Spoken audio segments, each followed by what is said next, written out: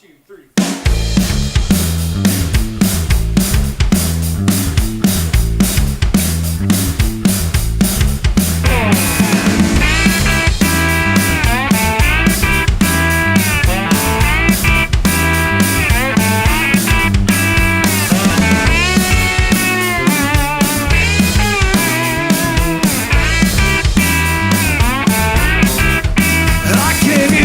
Everything more than you asked for.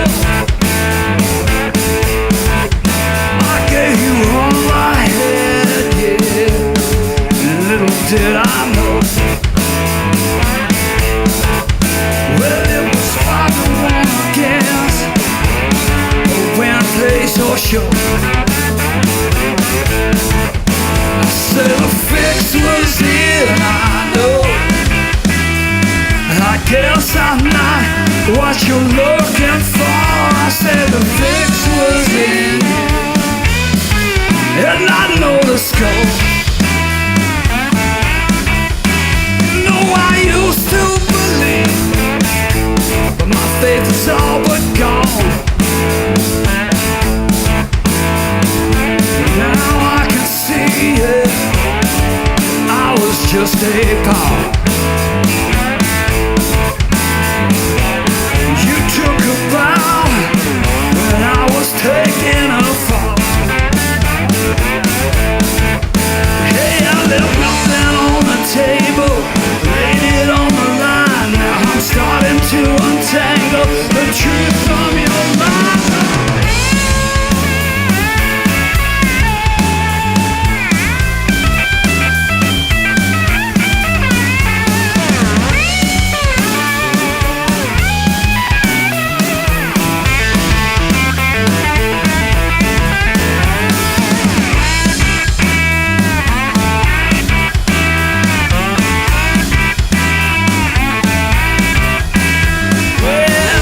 Took your prize and you left me in the dirt. That night in Memphis, you got what you deserved.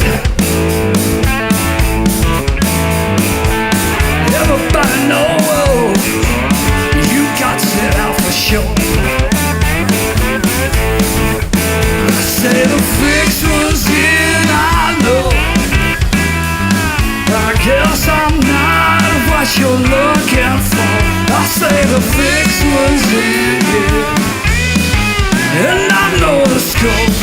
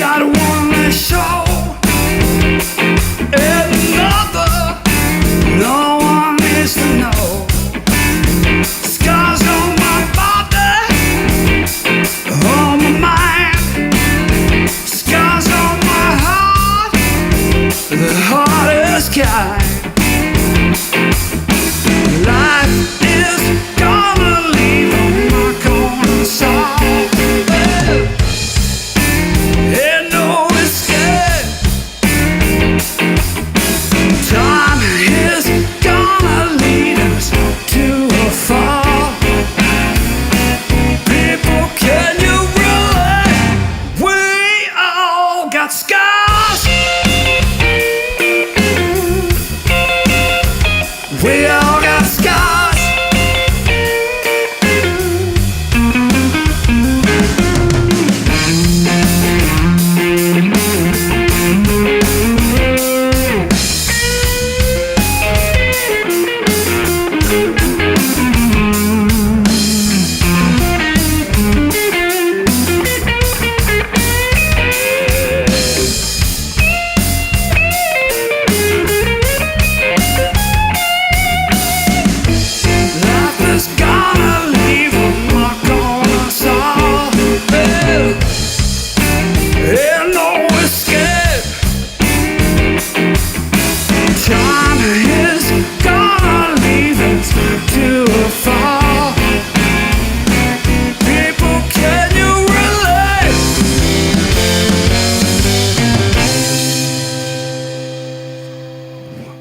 We all got scars. We all got scars. We all got scars.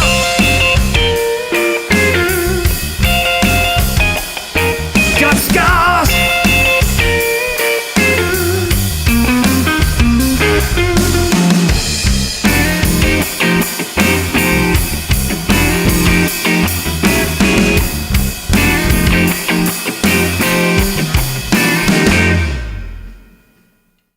We're joined here in the ProMotion studio by A Few Miles On. Guys, how you doing? Thanks for stopping by. Great. Thanks for having us. Absolutely. Introduce yourselves. Let the people know who you are and what you do in the band.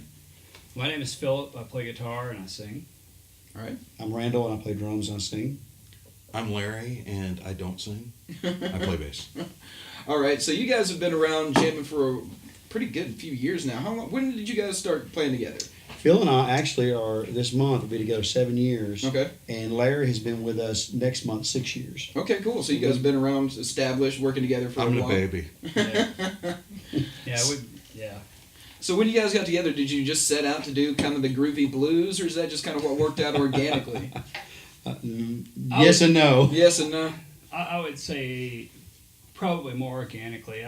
What we set out to do when we started was just to have fun. Yeah. We were just banging around, making some noise. We had all done this when we were younger. We had all stopped, and we were at the place in our life where we could do it again. And so, we just kind of threw some music together and started playing just clubs in the East Tennessee, Upper Cumberland area. And at some point, we started talking about wanting to do our own music. Yeah. And at that point, we started really thinking about how we wanted that music to sound and what how it would be perceived, and that's how we came up with what we do. We call it the Southern Blues Groove. Gotcha. So how does what you're playing now compare to what you were playing when you were younger? Like, is it similar by comparison, or are we playing more like rock stuff or straight up blues? It's a good question. Yeah. I was playing more just straight up hard rock. Okay. I think Phil probably was too. Yeah. Of course, I mean, I grew up playing in my family. I had a very musical family, so it was everything, exposed to a lot of stuff. But what I actually played out in the clubs when I was younger was all rock and top 40 rock, So that was like a family band, or? Oh, no. Well, no, not really. Okay. I mean, my mother played piano and all my siblings played. So it's just always around somebody who's picking up an instrument. Is that the same for you guys as well? Yeah, I actually grew up around the country music industry with my dad. Okay. He was a national picker back in the 70s. Nice. Still builds steel guitars to this day, so I grew up around all that. But I hated country music, so. Well, I mean, that much exposure when you're steeped in it, it can either push you one way or the That's other. right, yeah. How about you? Any young experience with bands, or did you just kind of always? I just help them bring in the gear. I don't. Oh yeah, you just load the gear in. No, I'm originally from the Detroit area, and lots of rock when I was younger, but lots of jazz and blues and Motown. Oh yeah, Yeah, it's Rock City. It's all Motown. over, It's yeah. got Detroit has one of the most diverse. I think it's something about being on the Delta, on the Mississippi. Something about that. Great and a great original and live music scene. Yeah. It's just perfect. So you all had experience playing out when you were younger. When you got together, did you just sit down? You were obviously kind of focused on covers originally. When you started writing original music, how much of the covers influenced the original sound, or was it more like, I know exactly the kind of thing, you got some jams that you're working on? Was it kind of songs that came together at practice, or everybody had songs that they were sitting on? Yeah, Boy, all I'd of say the all above. of the above, All Yeah. of the above, Yeah. okay. So you had like a riff you'd had for a while, and you're just like, man, I'd love to play this with a band. Yeah. So, You'll hear a couple tunes today that were a riff that I brought in, and he said, "Hey, I got some words that might work with that." And voila, Awesome. we've got some words that go with something that we brought in, and that's just one way that it happens, right? Yeah. It's just one way. and you've got, what is it, one full album out, or is that two? Two Two full new- albums Two out. full albums out, okay. Working on our third now. And where did you guys record those? Did you record them yourself, or did you get somebody to work with? Yeah, we've recorded all of them ourselves. Okay. We're self-produced, and we find that for the place where we are right now, that's probably the best way to get the most value out of that process, and so we're fortunate to have Larry, who has a lot of experience with the recording software, and Randall and I have done some recording with other bands in the past, so we kind of know how to behave in the studio, how to get things done. Well, it's a Yeah. lot easier if you could do it yourself. Particularly now, it's a lot more accessible than it was. You had me fooled. You said you slept at a Holiday Inn Express. Man. Where did you get that experience with recording software? And just over the years? Just over the years, recording back in the Detroit area. I mean, as you start to saw that stuff start to come on, Yeah. But just everything from Tascam 4-track cassette recorders Yeah. all the way to where we're at today. So, and you just pick up a little more and more and more, and there's a lot of good information out there if you know where to look. So it's something that's always interested you. You want to stay on top of the industry, so to speak. No. No. For me, I think I would rather waste our time on our own studio, right? And working in that realm as opposed to paying somebody and wasting Okay. not only our time but our money. So it just makes sense, and it works. It sounds good, and we'll continue to do this till we find somebody who wants to pay for it for It us. absolutely does. Like, that's why I was asking, because I didn't know that you'd recorded it yourself. I guess you do all the mixing and mastering and all that. Not kind the of stuff? mastering. Okay. We've got the last one we went to a place up in Chicago and had that done. Massive mastering. Great to work with. Yeah, great to work with. So So you guys just record in your practice space, or you got like a dedicated recording area? No, we have it's dual purpose. It's practice and it's set up so we can do either. All right. Very similar to this one. yeah. Cool. So when you guys aren't playing, what do you guys like to do in your spare time? It being obviously. Spare time. Yeah. What Or the do you hell like- is spare time? What's your hobbies? Your leisure time like? Go ahead, Larry. Well, I'm an old guy, so I mean, there's usually something with children involved. Of course, mine aren't little children anymore, but there's always stuff going on along that lines.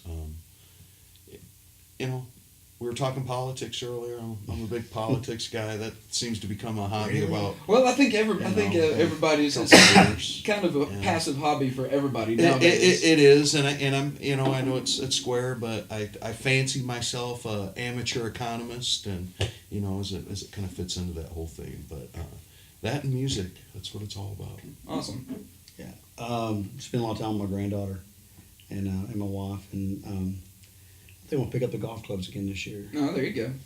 Time to play a little golf. So You're going to play with them this time. You live out in a nice area for golf. They got a lot of nice golfing area out in Cookville. Yeah. they do. There's quite a bit. So I do that, and me and Larry actually also big football fans. Okay. So we spend a lot of time talking about how. So what's your home team? What's your team in the state? Oh, here we go. in the state? Mm-hmm. Titans and the Vols by far. Okay. Yeah. All right. Had to make sure you guys are right there in the middle territory. Make sure you're not going too much toward Vanderbilt or. Oh no, we're closer to Vanderbilt than we are. Yeah. Make sure If they that's got a not where- football team? They kind of. Yeah, kind of, yeah. So you guys, your families enjoy your music? They come out and support you, or is they just kind of like you guys are crazy? No. What are y'all doing? I think here's the thing. Our wives have all been putting up with this for years, No. Well, mine doesn't know I'm here, so make sure she doesn't see this. They come to the shows when they can, and sometimes they help us work, the merchandise table and Cool. CDs and T-shirts, and so yeah, they're an active part of it. And our kids sometimes help move gear. I mean, it's all a big family process that goes into putting on a big show, a bigger show for us. That's gonna make it a little more leisurely and comfortable too when you got family around as well. Make it a little more fun.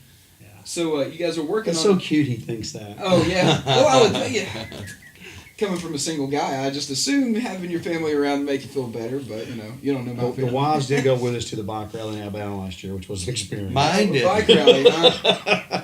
You might not want that story. rally. Oh, okay. So you guys are working on a new album for this year. How many tracks? Full album? Well, so it's been. Our second album was released was it 2015 or 16? I want to say 2016 is what I saw. Yeah. So since that time, we have continued to write and store the songs that we either bring together in a rehearsal that just happen spontaneously, like you said, or sometimes one of us will come in with a lyric idea or a guitar riff, like Larry said, and so over that time, over the 2 years, we've actually we've got about 30 songs that we've been looking at and working through. And out of those, there's 12 that we feel like are kind of the best representation of what we're trying to do. The other songs are still good, and we're going to go ahead and record them this year too. But this first batch is kind of like, when we listen to them, they kind of present themselves as an album, as a statement, as a collection of songs that kind of have a theme. You got kind of cohesion between them. Yeah. All right. So when can people expect to see that from you? That is a very good question. I think our goal is to have it ready probably by summer, maybe by June. Okay. If we get it sooner, that'd be great. He looks a little surprised here. We've been saying spring, so it might be late spring, but Okay. we can afford to take our time with it. So That's the nice thing no about sense having in your own rushing place to it, record. so, yeah. He's right. Absolutely. We can afford to take our time. We don't feel rushed.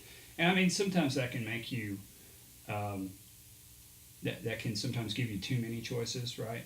But at the same time, we're very serious about the songs, and we want to make sure we present them in the best possible version of what we hear in our heads and what we try to create when we play them. That is kind of a difficult thing, I guess, when people are producing a song on their own or recording it on their own, is sometimes it can almost become a little too precious. Yes. Yeah, it becomes kind of like a baby, and you labor over every little detail, and it can, done is better than perfect. Yeah, absolutely. I mean, when you got what you're wanting to convey, you can drive yourself nuts over all the little minutia. Sure. But if you've got it down, you're happy with it.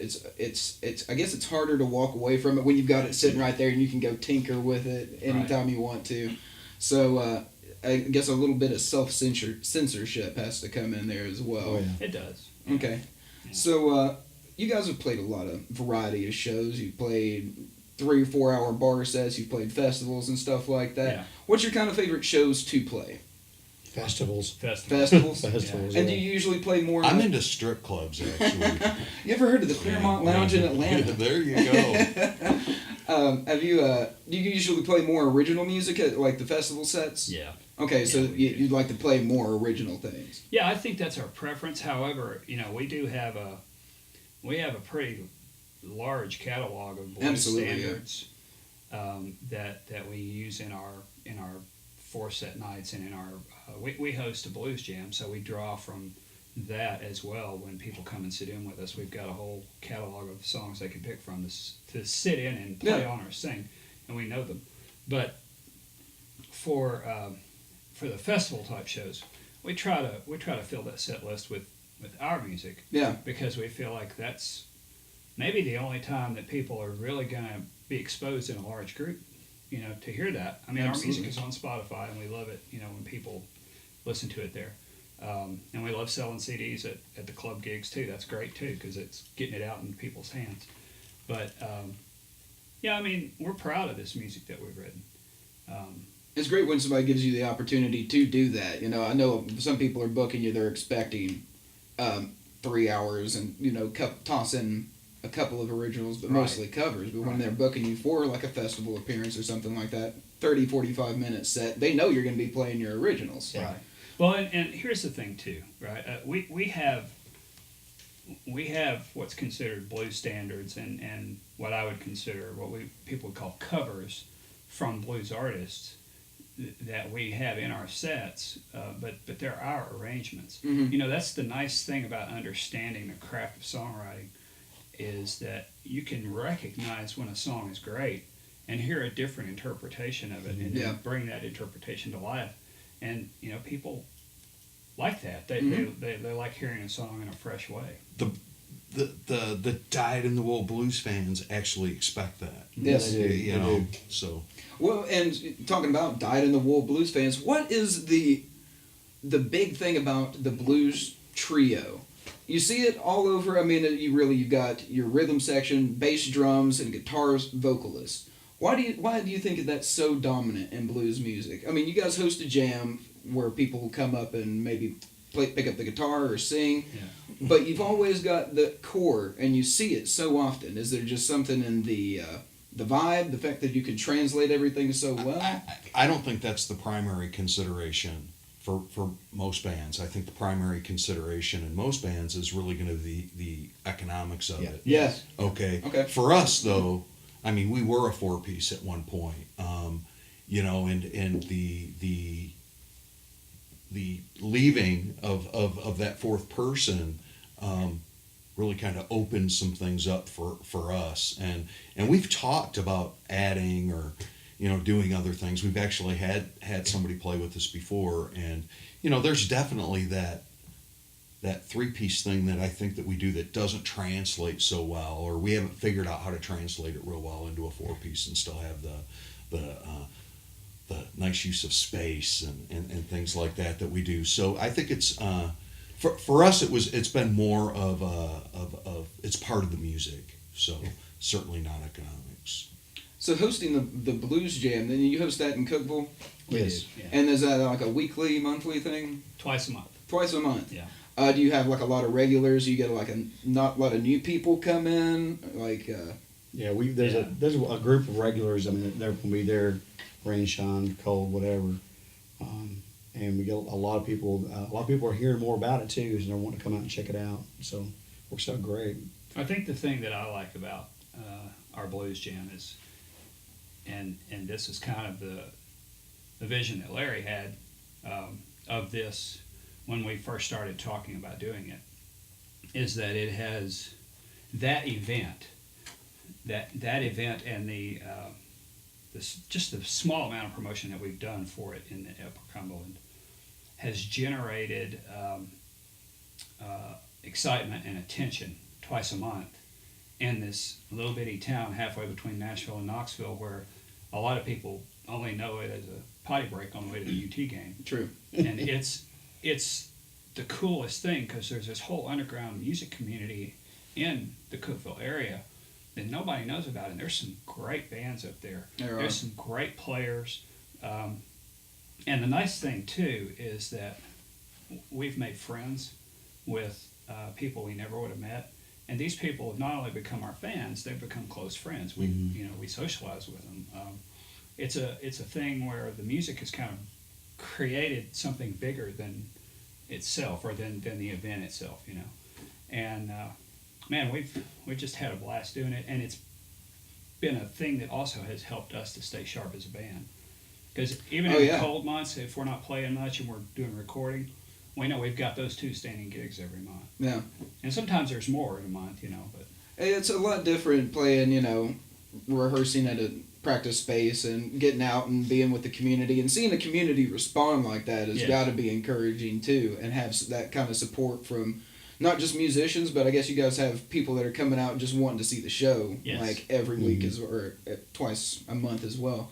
Do you get like a lot of instrumentalists, or is it mostly singers? Like, what's the stratification there? We You could get use people wanting to- could use some more singers. We Yeah. could use a little more of everybody. I mean, we'd like to, I like it when we hit those stretches where we've just got all these new faces kind of rolling into it, and and maybe it's just the time of year. right? And being a little bit cooler. But I'd love for every week just to be, you know, some regulars and a whole lot of new people, right? No. Planning on becoming regulars, right? So that'd be a that's great, really yeah. a big deal. That when you say like a jam, I imagine people coming up with their guitar, or they're wanting to jam on. Maybe anybody bring keyboards, anything like that. You have okay. Every so- once in a while, Sometimes, yeah. every once in a Okay. while, Yeah. So you've got people that are wanting to come and like sit in with a band. It'd be great to see like kind of a blues karaoke kind of thing, though. I mean, obviously you guys could provide the Did he the say the back. K word? Yes, Yeah. he did. You should come out. I bet you could sing a little bit. It's You don't want me to. it's so much different than I mean, I understand the vibe and the just the excitement and energy in a karaoke situation. This is so much different than that because it's live, Mm-hmm. it's spontaneous, and the cool thing about it is you never know where a song's going to go sometimes, because the players, especially when we have folks sitting in, are not always the same. There might be some songs where only one of us is up there with whoever else is sitting in, Okay. and then sometimes none of us are up there. Oh, so you allow people to just come up and basically. Oh, that's That's nice. kind We of- like that. that's Yeah, kind of yeah, cool, that's yeah. the idea. You know, you host the Yeah. jam. You don't necessarily have to jam. We don't have to be on. the Yeah, stage. no, Cool. that's Well, it'd be it's nice if we have good. enough musicians coming in where you can put an impromptu band together Yeah. and say, go jam with That's us. right. That's got to That's be right. cool to Yeah, watch that's some people nice. like maybe never met or just met, you know, a couple hours ago and Right. get together and It's a complete different perspective for us because we're normally up there. So when you get that chance where you can sit back all night and Just kind of enjoy it, watch, you know, it's at Red Silo Brewery. I can sit there, get me a nice beer, and you know, just enjoy. And it's You drink perfect. None. All right, so you guys got the album coming out a little later this year. You got a title in mind for it? I knew you were going to ask that. We don't.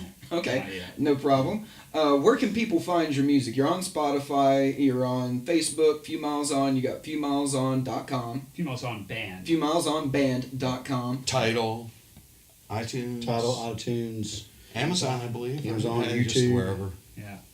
And that's the Red Silo in Cookville that you do the blues jam at? Yes. It is. Yes. So if you're out in And they've been Cookville way, great hosts. stop by, check out the blues jam. Is it a particular night of the week, Friday, Saturday? It's the first and third Wednesday Nice. of every month.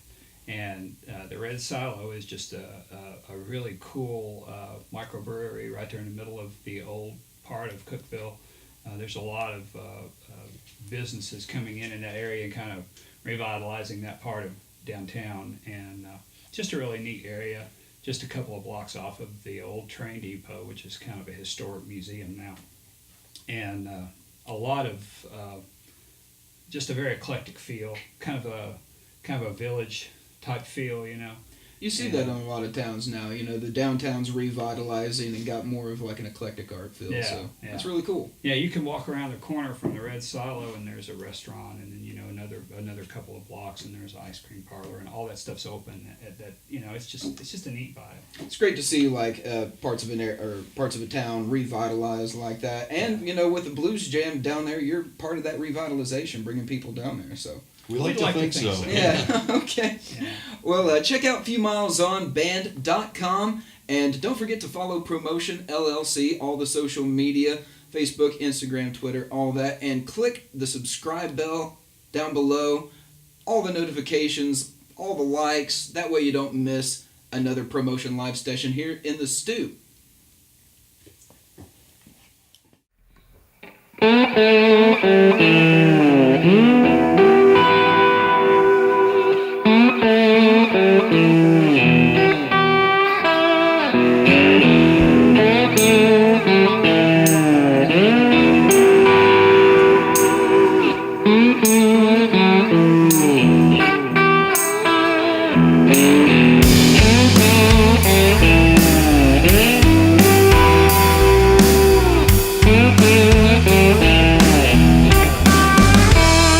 Well, John C. Davis had been drinking all night. Yeah, when he drank, he liked to fight. John C. got home about 2 a.m. His wife was waiting and the trouble began.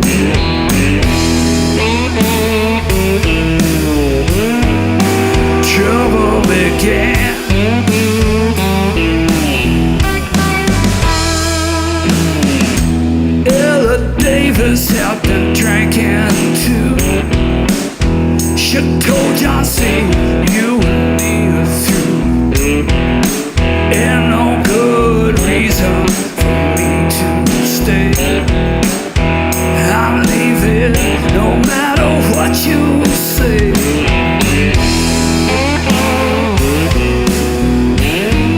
No matter what you say. Well, all that whiskey must have gone to his head. John did something he was soon to regret.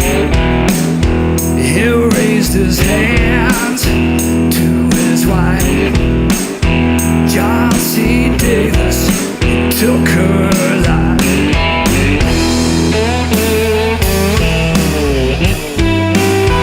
Took her life.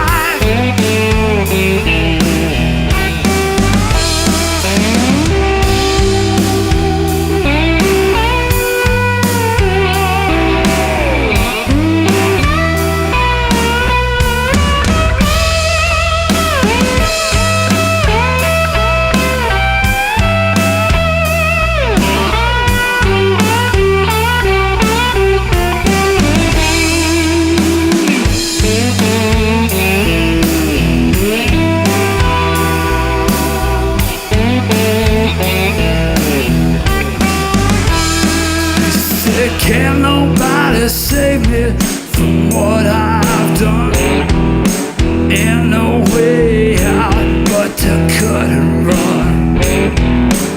My doctor took off at the break of day.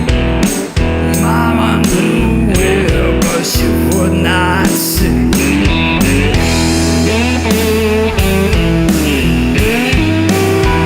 Would not say. Well, they found Ella Davis lying on the floor, holding a picture of her and John before. Certificate of death, red cause unknown. And John C. Davis spent his life on the run.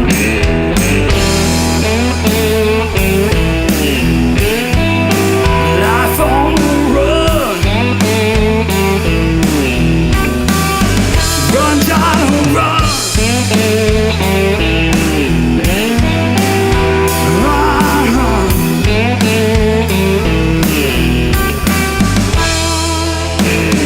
John got home about 2 a.m. His wife was waiting in the trouble.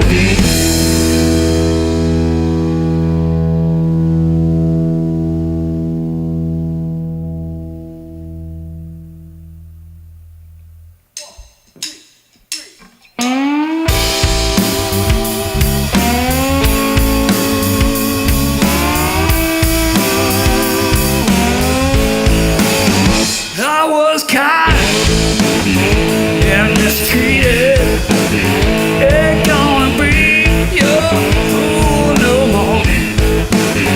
I was kind, so mistreated. Ain't gonna be your fool no more. I got your bags packed in, waiting by the door. Said go home, pretty baby.